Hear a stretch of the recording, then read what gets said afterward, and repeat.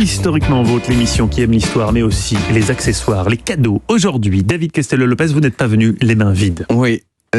Moi, le calendrier de l'Avent, c'est les origines du calendrier de l'Avent. Exactement, parce qu'il y a des chocolats dans votre calendrier de l'Avent, il a très faim. Oui, c'est possible. Non, moi, quand j'étais enfant, en tout cas, j'aimais tellement, c'est un peu classique de dire ça, mais j'aimais tellement le calendrier de l'Avent que je pense que le plaisir a pas totalement disparu aujourd'hui.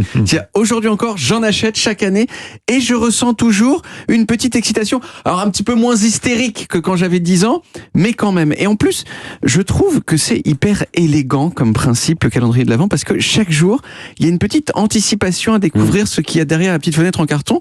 Et cette anticipation, c'est en miniature l'anticipation beaucoup plus grande de la fête de Noël elle-même. C'est bien pensé. Avec le calendrier de l'Avent, on attend chaque jour un petit Noël miniature et ça nous aide à mieux vivre l'attente du vrai Noël. Mais alors, d'où ils viennent les calendriers de l'Avent? Bon, déjà, le mot, j'imagine que comme tous les enfants français, vous pensiez que avant ça s'écrivait A-V-A-N-T et que ça voulait dire le calendrier d'avant Noël. Ça a l'air incroyablement logique comme ça, mais en fait non, ça s'écrit bien sûr A-V-E-N-T. Et est-ce que vous savez pourquoi? Visiblement Stéphane sait. Alors? Pourquoi A-V-E-N-T? Il a bluffé. Il nous a fait une berne. Non, parce que tout d'un coup, je me demande si ça s'écrit comme l'aventure, au fond, A-V-E-N-T, mais ça vient... C'est pas de l'origine. Ça vient du latin, et c'est advenir, advénérer, ou advenir, c'est ce qui va venir. Vous êtes assez proche quand même. Ça vient de adventus. Il est malin quand même. Hein. Ça vient de adventus en latin qui veut dire l'arrivée. L'arrivée. Donc on attend. L'arrivée de qui? De Jésus. L'arrivée de Jésus, évidemment, qui est né le 25 décembre. Donc l'Avent, techniquement, c'est l'arrivée de Jésus. Mais ça a fini l'avènement de Jésus. Mais ça a fini par désigner la période de 4 semaines qui précède cette arrivée de Jésus, d'où le calendrier de l'Avent, qui d'ailleurs en anglais se dit Advent Calendar avec un D. Mais alors, qui a eu l'idée de faire de ça un calendrier en forme de boîte à surprise? C'est les marchands du temple, à mon avis, ils se sont dit tiens. Non, c'est un peu plus tard. C'est un petit peu plus tard. Je vous le dis quand même, c'est assez vaporeux. On n'a aucune certitude sur la question. Ça vient probablement d'une tradition allemande du 19e siècle qui consistait à marquer à la craie les jours qui séparaient la toute fin du mois de novembre du jour de Noël et ensuite de les effacer un à un tous les jours. En tout cas, celui dont on considère qu'il est le premier à avoir imprimé des calendriers de l'Avent, c'est un monsieur allemand aussi, qui s'appelait Gerhard Lang. Et l'histoire qui est la plus souvent racontée, c'est la suivante.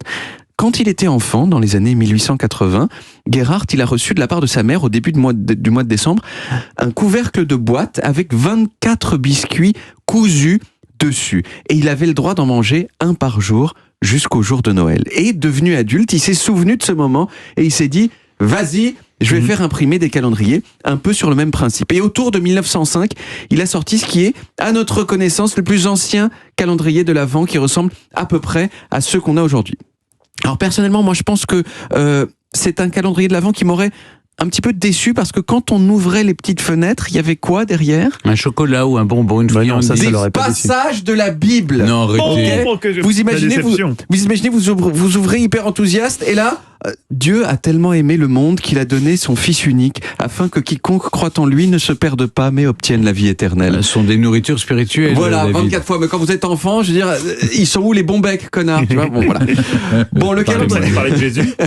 Je crois mal entendre. Bon, le concepteur du calendrier de l'Avent. Bon, le calendrier de l'Avent, il n'a pas eu tant de succès que ça tout de suite. Il en a eu vraiment beaucoup à partir des 30 Glorieuses. Et là, c'est devenu ce que c'est aujourd'hui, c'est-à-dire un produit de masse qu'on voit partout. Mais il y a une mode plus récente du calendrier de l'Avent, et cette mode, c'est bien sûr l'extension du principe du calendrier de l'Avent aux adultes. Un whisky par jour, une terrine de foie de volaille par jour, un sextoy par jour, ça même. Existe. Quand on pense qu'au départ, c'était des passages de la Bible, de la Bible, c'était quand même surprenant. On a fait du chemin. Et bien sûr, il y a une course à l'échalote de qui fera le calendrier de l'Avent le plus cher. Il y a des calendriers de l'Avent avec celui des bijoux. Celui de Louis Vuitton, vous l'avez vu, là. Avec Louis Vuitton. Il est à 400 €. Oui, voilà. Alors là, il y en a. Celui qui détient le record, c'est Porsche, qui a fait en 2010 un calendrier de l'Avent à $1 million. $1 million. Il faisait la taille d'une armoire, et dedans il y avait un bon pour un bateau de luxe, des lunettes de soleil en or, etc. Mais c'est celui qu'il vous faut, Mathieu. Mais oui, c'est celui qui va avec votre voiture. Je ne te montrerai pas, ça c'est pas l'attaque. Pour finir, vous savez que je vous aime tous bien. Ah oui. Alors le calendrier. Donc je vous ai apporté un cadeau à chacun. Ah non. Et j'ai essayé de le faire, j'ai apporté un calendrier de l'Avent pour chacun d'entre vous. J'ai essayé de faire quelque chose de personnalisé. Alors, je sais pas combien t'es payé pour cette chronique, mais j'espère que c'est bien payé parce qu'à chaque fois tu nous apportes tellement de choses que ça coûte vraiment il est tellement généreux qu'il redonne tout l'argent. Tout l'argent va dans des cadeaux. Je me dis, c'est vrai que je dépense de l'argent, mais après, genre, est-ce que c'est pas bien pour moi aussi de le faire? Tu vois, ça fait plaisir.